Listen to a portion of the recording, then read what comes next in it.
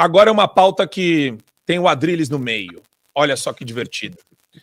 Primeiro, Jovem Pan. O Ministério Público Federal desistiu do acordo com a Jovem Pan e retomou o processo por cassação de concessões. Vamos colocar aqui a matéria da sua decisão, Adrilles, sobre o Instagram.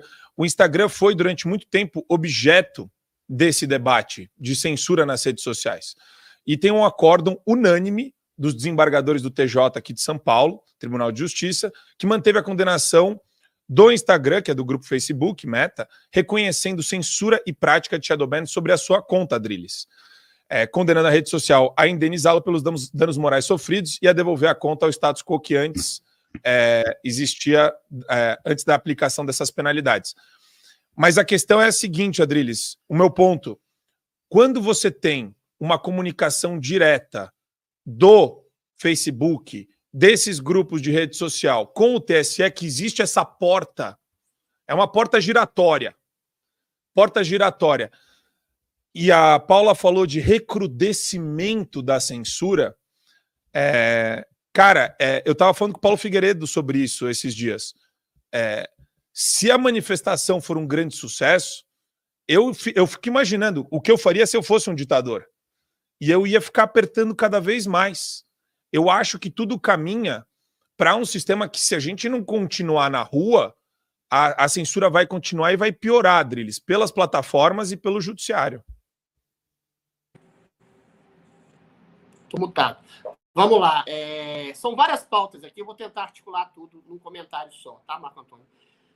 E dá para casar, realmente. A censura que eu sofri nas redes sociais, todo mundo aqui sofreu, tá? É uma censura subreptícia. Não precisa nem retirar a sua rede social. Simplesmente limita o seu alcance de maneira subliminar. Às vezes, seu nome não aparece na busca. Às vezes, o alcance desaba, porque eles criam uma maneira, subterfúgio, de estabelecer que o seu nome vai perdendo relevância. Ou seja, existe uma articulação, que é uma articulação ideológica, que a gente sabe que os donos das redes sociais são, na maioria, na hegemonia, maioria, são de esquerda, são progressistas. É só ver o perfil oficial do Instagram, quais são as pautas que eles defendem.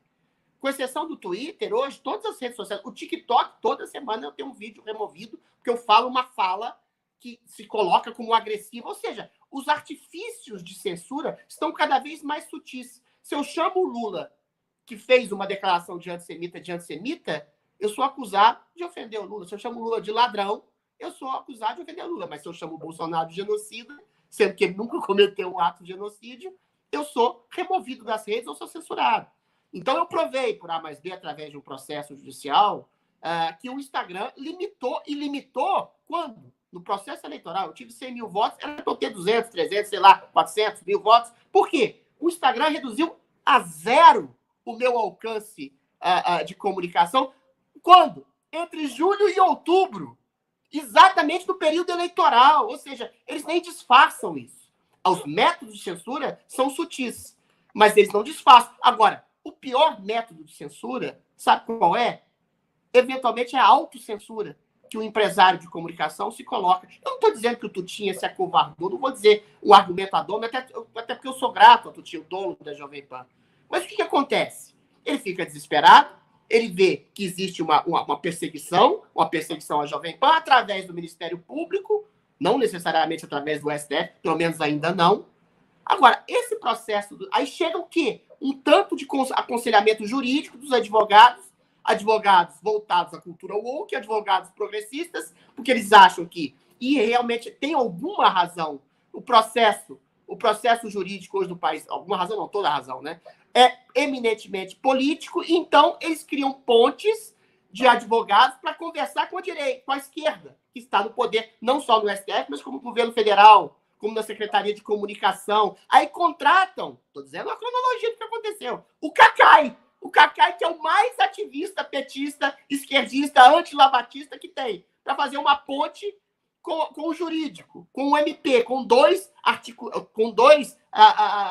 ideológicos que fizeram esse processo completamente descabido, dizendo que a Jovem Pan fez um ataque antidemocrático, anti-urna, anti-vacina, sei lá.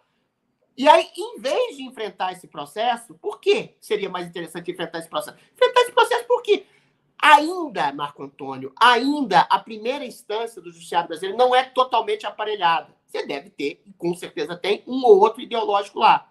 É igual o meu processo da mãozinha lá, que eu fiz um discurso de meia hora contra o nazismo, fiz uma mão. Chegou no juiz de primeira instância e falou, esse processo é completamente inepto. O cara faz um discurso antinazista e dá um tchau que ele já fez 100 vezes e vai ser... É a mesma coisa da Jovem Pan. Qualquer juiz de primeira instância ia enterrar esse processo para frente. Mas, aí sim, em nome do medo, mal aconselhado por advogados progressistas, o cara vai achar que pode negociar com o carrasco que quer destruí-lo. E não funciona. Porque quem quer destruir... A esquerda não está interessada em diálogo com a direita. A esquerda está interessada em destruir a direita. E isso não é só no Brasil, em qualquer lugar do mundo. Isso é a história da esquerda. Eles não querem saber de adversário. Eles não querem saber de crítica construtiva. Eles querem saber de elogio, endosso e isso no mesmo discurso. Eles querem a ditadura do proletariado. É o princípio comunista mora. Eles querem a ditadura total, absoluta e restrita. É o que o Lula quer. É o que a maioria dos ministros querem que foram indicados pelo lulopetismo. Tem outros oportunistas que querem o poder pelo poder.